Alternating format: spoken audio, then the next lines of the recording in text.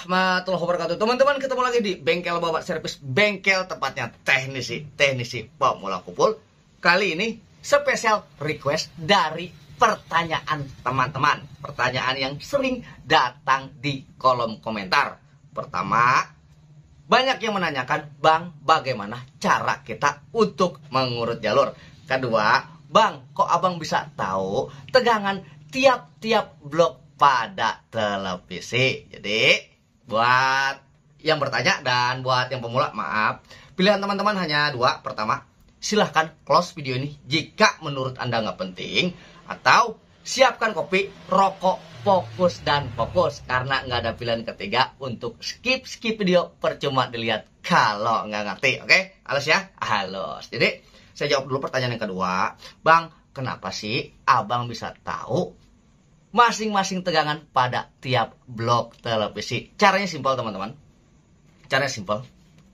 Ketika teman-teman menemukan kasus dan kasus sudah terselesaikan, jangan langsung bungkus televisinya. Seperti itu. Jadi, teman-teman analisa dulu dalam keadaan normal. Ketika sudah hidup, teman analisa dulu. Teman-teman ingat, teman-teman ukur. Ini untuk ini berapa, untuk itu berapa, dan untuk kono berapa.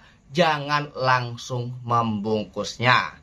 Agar kedepannya kita bisa tahu tegangan pada tiap-tiap blok atau pada tiap-tiap IC, baik itu memori atau yang lain. Jadi seperti itu, jangan biasakan langsung membungkus.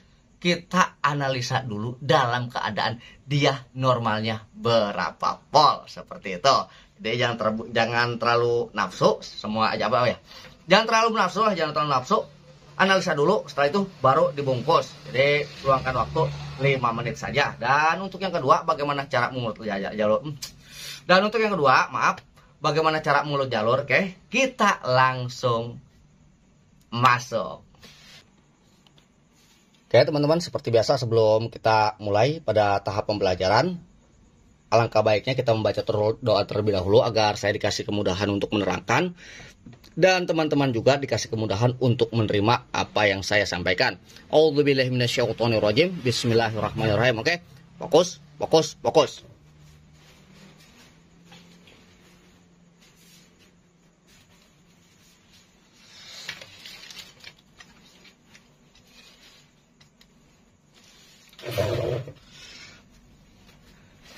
Oke, teman-teman, cara dasar awal kita harus memperhatikan nomor-nomor yang ada pada papan PCB ini. Ini nomor-nomor ini mengandung arti. Nomor-nomor ini mengandung arti. Yang pertama, ini sudah pernah saya buatkan video, tapi ini akan ada kelanjutannya lagi. Bagaimana cara kita mengurut jalurnya, seperti itu. Nah, ini teman-teman tolong diperhatikan, fokus. Nih anggap aja. Bukan anggap aja, tapi ini adalah bagian untuk soket dari AC. Nah, di sini bisa terlihat, di sini ada tulisan, di sini tertulis. Maaf kalau kameranya nggak fokus. Di sini tertulis XS 5 sekian. Maka, bentar saya nyari tunjukkan dulu. Nih teman-teman, nih. Ini di sini ada angka XS 5 sekian. Jadi, nih angka 5 ini yang mewakili blok pada bagian tertentu. Jadi, yang berhubungan dengan angka 5 maka itu masih satu blok.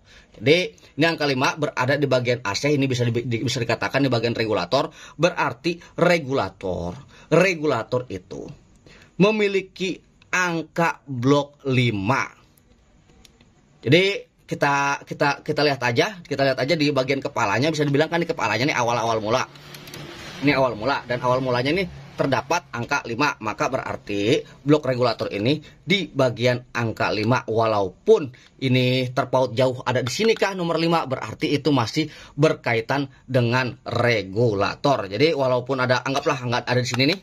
Anggaplah ada di sini ini ada bagian R5 kah atau apakah, berarti itu masih menyangkut bagian regulator, seperti itu.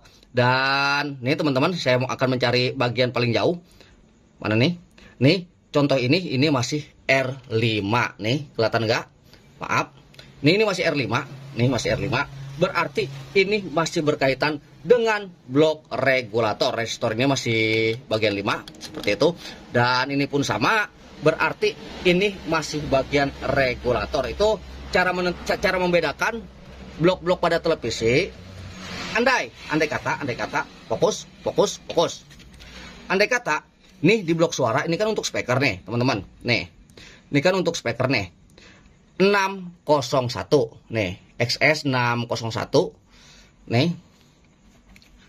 Fokus enggak? Bentar saya fokuskan dulu. Nih. XS 601, maka ini blok 6 ini adalah blok dia atau blok bagian suara. Dan di sini bisa kita lihat, yang berkaitan dengan angka 6, maka ini masih blok audio. Ini masih blok audio, ini juga masih blok audio. Nah, walaupun dekat, walaupun berdekatan nih, R117 berarti ini bukanlah blok audio. Ntar kita lihat. Oke, teman-teman tuh, ini soket untuk video, dan ini akan langsung berhubungan dengan chroma. Kenapa ini tertulis R11 sekian? Tapi apabila walaupun sedikit jauh dia memiliki angka 6, maka itu masih tergolong blok audio seperti itu. Dan untuk masalah vertikal dan horizontal itu memang satu blok, karena kenapa? Dia sama menuju yuk. Oke, untuk membedakan blok itu seperti itu caranya. Kita bisa melihat angka pada papan PCB ini, angka depan pada papan PCB ini, itu yang menentukan perbedaan blok-blok tertentu. Oke, seperti itu. Dan untuk cara mengurut jalur, fokus. Nih teman-teman, andai ini kan bagian primer. Ini primer. Yang namanya primer itu fokus buat untuk yang pemula. Primer itu kita anggap pohonnya. Sekunder adalah buahnya. Jadi sekunder adalah hasil induksi dari tegangan primer. Seperti itu, dari tegangan ini Praco switching primer. Nih, hasil induksinya menghasilkan tegangan sekunder. Jadi anggap aja primer itu buahnya. Anggap aja primer itu pohonnya. Dan sekunder adalah buahnya. Dan masing-masing dari buah itu bersumber dari awal cabang-cabang dahan. Seperti itu. Kok bisa disamain nama pohon, Bang? Ya, biar teman-teman bisa sedikit paham lah. Nah, ini 1, 2, 3, 4, 5, 6, 7. Nah, terserah mau 7, mau 8, mau berapa, kayak yang jelas. Ini adalah keluaran pencabangannya. Ini bagian pohonnya. Nih, ini bagian pencabangannya. Contoh. Ini kita lihat dari pin awal. Ini pin awal. Pin awal ini terhubung pada ground. Jadi pin awal adalah ground. Nih, pin awal adalah ground. Ini pastilah nyambung ke bagian sini. Karena kenapa? Yang namanya ground, tiap-tiap ground berhubungan. Baik dari sini ataupun sampai RGB ataupun sampai ground pada tabung. Itu pin pertama seperti itu. Dan pin kedua, fokus. Untuk memperhatikan dia akan lari kemana. Nih teman-teman, ini dia. Nih, kita lihat ini dari sini ke sini. Nih, dari ini ke sini. Nih, ntar ini nggak terlalu fokus. Maaf, kamera saya kelewat bagus. Nih dari sini ke sini, ini ada lambang sebuah dioda. Yang namanya dioda ini, dia adalah penyearah. Maka setelah ini sudah menjadi tegangan DC. Apapun yang belum melewati dioda, kecuali baterai, apapun yang belum melewati dioda, maka itu masih tergolong tegangan AC. Seperti itu. Apabila dia melewati sebuah dioda, maka dia sudah menjadi tegangan DC. Karena dari hasil kumparan ini masih berupa tegangan DC. Masih tergolong tegangan AC, maaf. Karena AC DC itu terkadang bikin lidah kepleset. Oke, fokus. Nih, setelah ini dia akan melewati sebuah dioda. Maka setelah nyebrang ke sini nih tong, nih tuh ada diodanya. Maaf kalau udah kumel. Nih diodanya nih, tuh. Nih, setelah ini dia akan melewati ke sini, maka ini sudah tergolong sebagai tegangan DC. Jadi kalau teman-teman menggunakan apometer dengan tegangan DC, teman-teman mengukur di sini itu tergolong salah atau mungkin tidak akan terbaca seperti itu. Nah, setelah menjadi tegangan DC, maka kita lihat dia lari kemana seperti itu. Dan kita perhatikan. Dan inilah bagian tegangan primer untuk playback. Inilah yang sering saya bilang, ini adalah bagian B plus pada playback seperti itu. Dan teman-teman perhatikan, ini setelah ini kita lihat lagi, nih, karena nggak berakhir di sini aja. Dan teman-teman bisa perhatikan, nih, tuh teman-teman, dia lari ke bawah, terus ke bawah, terus, dan kita akan lihat tuh.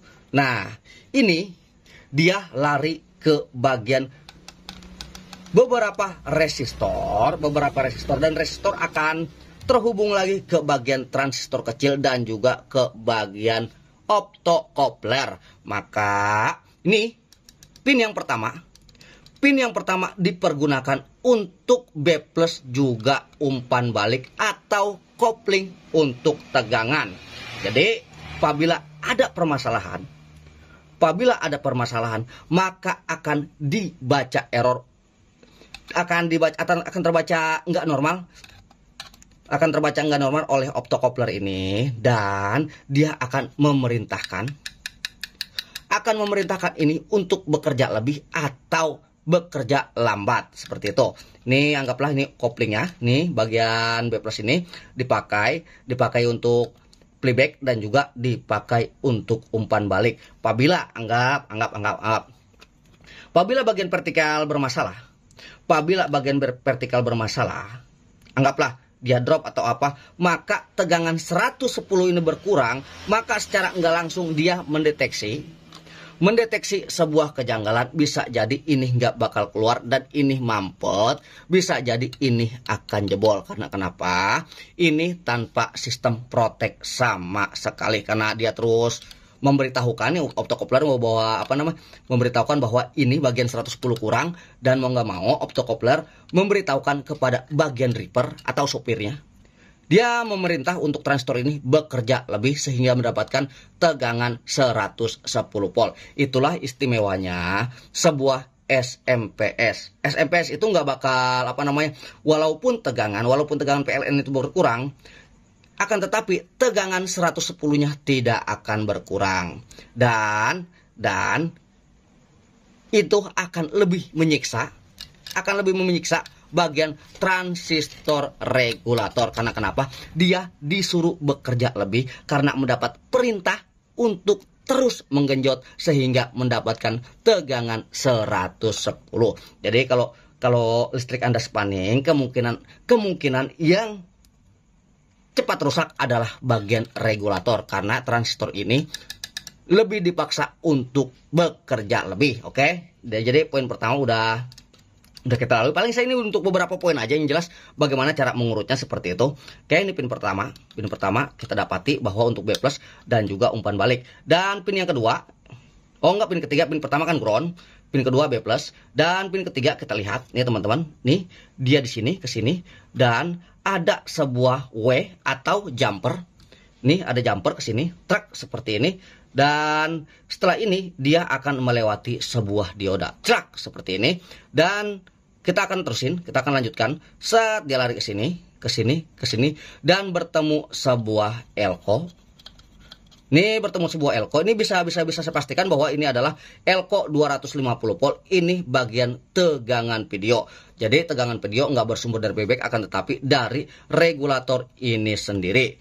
Jadi tolong diperhatikan, nih dari sini ke sini, dan nih sini kita lihat sini, dan sini juga ke sini, dan bener aja tuh teman-teman, ini ke bagian soket RGB. Saya ulangi, nih dari sini ke sini, dan tuh tolong diperhatikan, ini ada kapasitor, dan ada W juga, W itu ada kawat.